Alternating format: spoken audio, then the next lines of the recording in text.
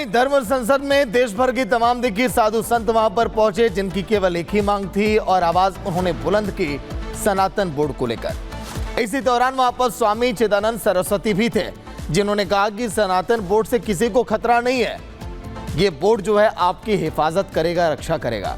Republic Bharat ने उनसे भी बातचीत की है, वो भी आप सुनिए। हमारे साथ बात करने के लिए चिदानंद मुनि जी मौजूद हैं। सर, क्या कहेंगे सनातन धर्म की जो आज आयोजन हुआ उसमें आप सम्मिलित हुए, लेकिन आगे का क्या कुछ रास्ता होने वाला है? देखिए, पहली बात, सनातन बोर्ड किसी के खिलाफ नहीं है। सनातन बोर्ड का इतना अर्थ है, जो सनातन में विश्वास करते हैं उनके अधिकारों की रक्षा हो, उनका सम्मान हो। और सनातन ये मानता है जहाँ सब समान है, सबका सम्मान है, वही सनातन है। और सनातन है तो आज आप देख लीजिए पूरे विश्व में जहाँ जहाँ सनातन है वहीं सुरक्षा है, जहाँ जहाँ सनातन है वहीं विकास है। अन्यथा बहुत सारी चीज़ें बहुत छिन्न भिन्न हो रही हैं, चाहे वो युद्धों की बात हो या फिर किसी भी तरह के आक्रमणों की बात हो। सनातन किसी पर आक्रमण करने पर विश्वास नहीं करता। मैंने आज भी कहा, ना किसी को भटकाता है, ना किसी को भड़काता है, ना डराता है, ना किसी को डरना है। इसलिए सनातन का अर्थ इतना ही है कि हम सब मिलकर अपने राष्ट्र का निर्माण करें। जो लोग तक कोई नहीं पहुंच पाया, उस गरीब तक भी पहुंचे, उनका भी सहयोग किया जाए, उनको भी साथ लिया जाए, ताकि पूरे देश में, पूरे भारत में सबका विकास हो। और इसलिए सनातन बोर्ड है, इसकी एक कुंभ मेला में मीटिंग होगी, उस पर चिंतन होगा, विचार होगा, और विचार होने के बाद फिर इसके बोर्ड का निर्माण होगा। लेकिन आप लोग बटोगे तो कटोगे का जो पोस्टर लगाया आप लोगों ने, ओपोजिशन जो है वो ये कह रहा है कि ये नारा साधु संतों का नहीं, आतंकवादियों की भाषा है। देखिए, बटोगे तो कटोगे जो कही जा रही है, ये नारा निश्चित रूपेण ये नारा नहीं है। ये तो ये बात कह रहे हैं कि देखो भैया, बांटना नहीं है एक दूसरे को, ना बटना है ना बांटना है, हम सबको साथ लेना है। और बटोगे तो कटोगे का अर्थ कितना है यहाँ पर, वो सीधा सीधा है कि देखिए, जब जब भारत बटा तब तब भारत में बहुत कुछ कटा, जब जब भारत बटा, लोग बटे, तब तब भारत घटा। नक्शे उठा के देख लीजिए। आज आप अगर आप देखिए, पाकिस्तान अपने पास था, अफगानिस्तान था, इराक। को रोकना चाहूंगी, सबसे ज्यादा कौन कटा है? भारत जब भी बटा तो सबसे ज्यादा कौन कटा? सबसे ज्यादा कौन कटा? हिंदू ही कटा। भारत के टुकड़े टुकड़े हुए। भारत के टुकड़े टुकड़ों के साथ अगर नरसंहार हुआ, अब आप बांग्लादेश में देख लीजिए अभी क्या हुआ, जब कश्मीर वाला मुद्दा हुआ, सबसे वहां से हटाया गया। ये तो बहुत सामने की बातें हैं। कश्मीर फाइल्स को देख लीजिए, मणिपुर फाइल्स को देख लीजिए, जितनी ये फाइल्स हैं। कश्मीर फाइल्स का आपने जिक्र किया है, कुछ लोगों का कहना ये भी था कि ये पॉलिटिशियन जो है, बीजेपी जो है, ये प्रोपोगेंडा फैला रही है। नहीं, बात ये तो सबके सामने है। आज भी अगर आप देखें, जहां जहां जहां बांटने की बातें आई, काटने की बातें आई, किसने बांटा किसने काटा?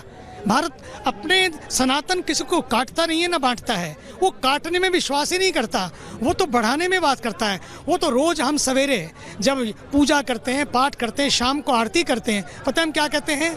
सबका कल्याण हो, सबका सुख हो, सब शांत रहें। लेकिन बाकी वाले लोग ऐसा नहीं कर पाते हैं। भाई, यही समस्या है। इसलिए जब प्रधान एक है, हमारा निशान एक है, देश एक है, राष्ट्र एक है, तो विधान भी तो एक ही हो। विधान क्या है? संविधान। और संविधान है जहाँ सब समान, सबका सम्मान। एक राजनीतिक सवाल है कि ब्रजेश पाठक ने कहा कि जो सपा है वो मुस्लिमों को जो है वो बिरयानी का तेज पत्ता समझती है।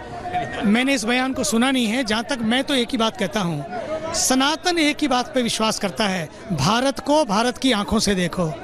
जो भारत में विश्वास करे, जो राष्ट्र में विश्वास करे, जो भारतीय संस्कृति और संस्कारों पे विश्वास करे, वही तो भारत है, वही भारतीय है, वही भारतीय है।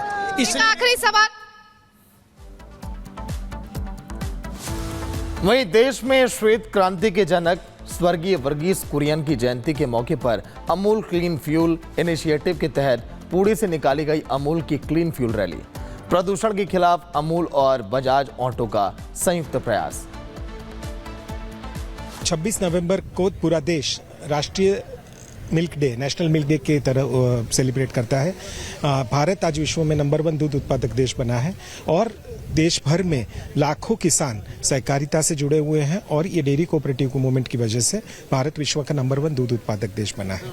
तो देश में दूध का ये जो इम्पोर्टेंट स्टेटस है उसको सेलिब्रेट करने के लिए नेशनल मिल्क डे मनाया जाता है 26 नवंबर को, जो डॉक्टर कुरियन जो श्वेत क्रांति के जनक माने जाते हैं, जिस Gujarat milk marketing federation, national dairy development board और देश की कई अन्य संस्थाओं के चेयरमैन रह चुके डॉक्टर कुरियन ने इस मूवमेंट को देश भर में आगे बढ़ाने के लिए काफ़ी योगदान दिया था। तो उसी उपलक्ष्य में ये रैली का आयोजन किया है। इस साल की रैली की थीम है क्लीन ग्रीन फ्यूल रैली। तो ये जो बाइकर्स आपने अभी जाते हुए देखा, वो कंप्रेस्ड बायोगैस यानी कि गाय के गोबर से बने हुए गैस से ये रैलियां शुरू की हैं, ताकि हम देश भर में ये संदेशा पहुंचा सके कि ये जो ईंधन है, गोबर को ईंधन की तरह भी इसका इस्तेमाल कर सकते हैं। बाकी जो उसमें से फर्टिलाइजर बनता है वो भी बायो फर्टिलाइजर है, जो देश की भूमि को उपजाऊ बनाने के लिए सपोर्ट करेगा। और इसी तरह सर्कुलर इकोनॉमी और सस्टेनेबिलिटी का जो मॉडल अमूल लेके आया है, उसका पूरे देश भर में प्रचार करने के लिए रैली का आयोजन किया है। पहली रैली आज पुणे से फ्लैग ऑफ हुई, जो 26 नवंबर को दिल्ली पहुंचेगी, मुंबई, गुजरात, राजस्थान होते हुए। वैसे दूसरी रैली फ्लैग ऑफ होगी कलकत्ता से 18 तारीख को, और जो कलकत्ता से दिल्ली पहुंचेगी, तीसरी जम्मू से और चौथी हिम्मतनगर गुजरात से। तो इसी तरह 4 रैली में 24 bikers, 48 car drivers Maruti Suzuki की कार्स में दिल्ली पहुंचेंगे और नेशनल मिल्क डे के अवसर पे जो कार्यक्रम होगा उसमें उसकी पूर्णाहुति होगी।